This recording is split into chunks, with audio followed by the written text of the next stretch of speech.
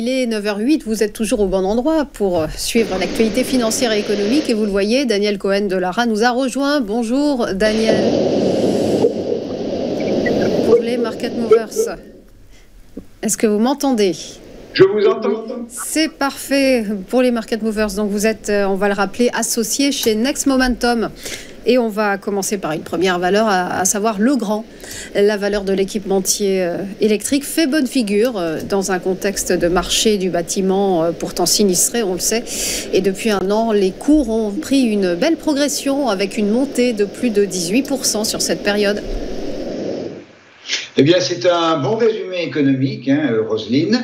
Alors, les deux actifs que l'on va voir là ont des configurations techniques très proches, d'où l'intérêt de les regarder.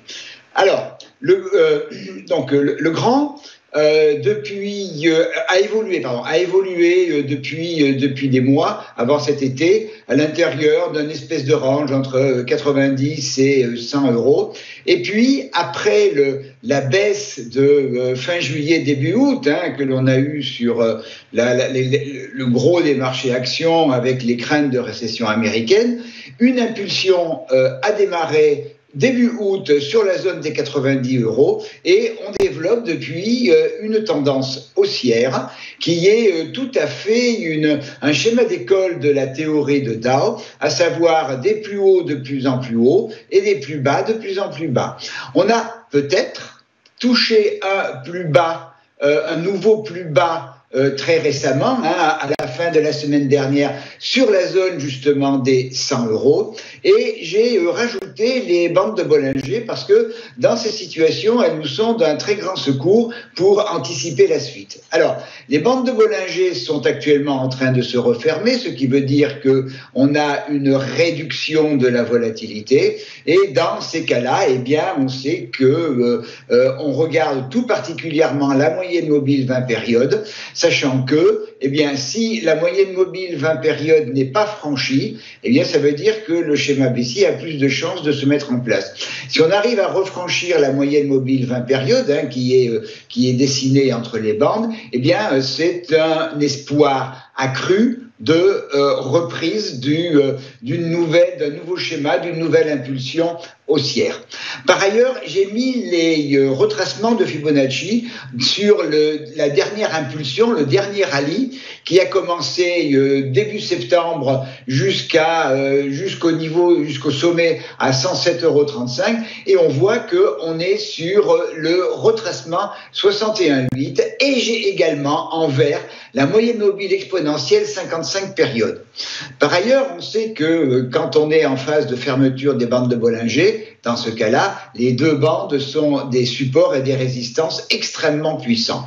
On est donc, à l'heure actuelle, sur une convergence de supports dans la zone des 100 euros, avec une bande de Bollinger basse qui est fortement haussière et qui fait un fort support, la moyenne mobile exponentielle 55 qui a déjà fait support au début du rallye dans la zone des 96 euros, et puis notre retracement 61,8 de Fibonacci. Donc, on a pour le moment toutes les raisons d'espérer que la hausse va reprendre et cela serait confirmé par le franchissement de la moyenne mobile 20 périodes qui se trouve actuellement autour des 110, 120 euros. À ce moment-là, eh bien, le mouvement haussier continuerait, reprendrait avec un premier objectif à 104,60 et puis la possibilité de revenir tester les plus hauts à 107,35 €.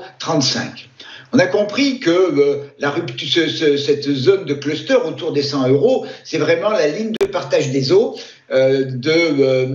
au niveau de l'actif. Et effectivement, sa rupture serait invaliderait le schéma haussier et la tendance haussière qui a démarré début août.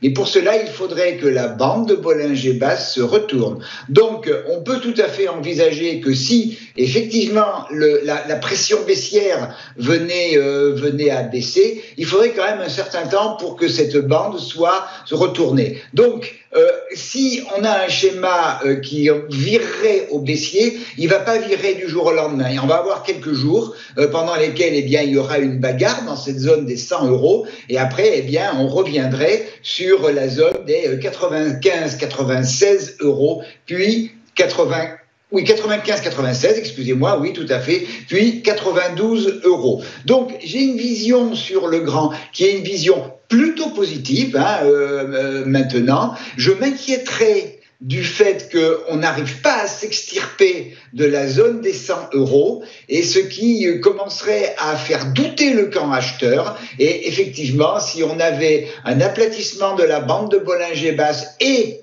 une rupture en clôture quotidienne de la zone des 100 euros, là, le schéma baissier, qui n'est pas mon favori, reprendrait de la force.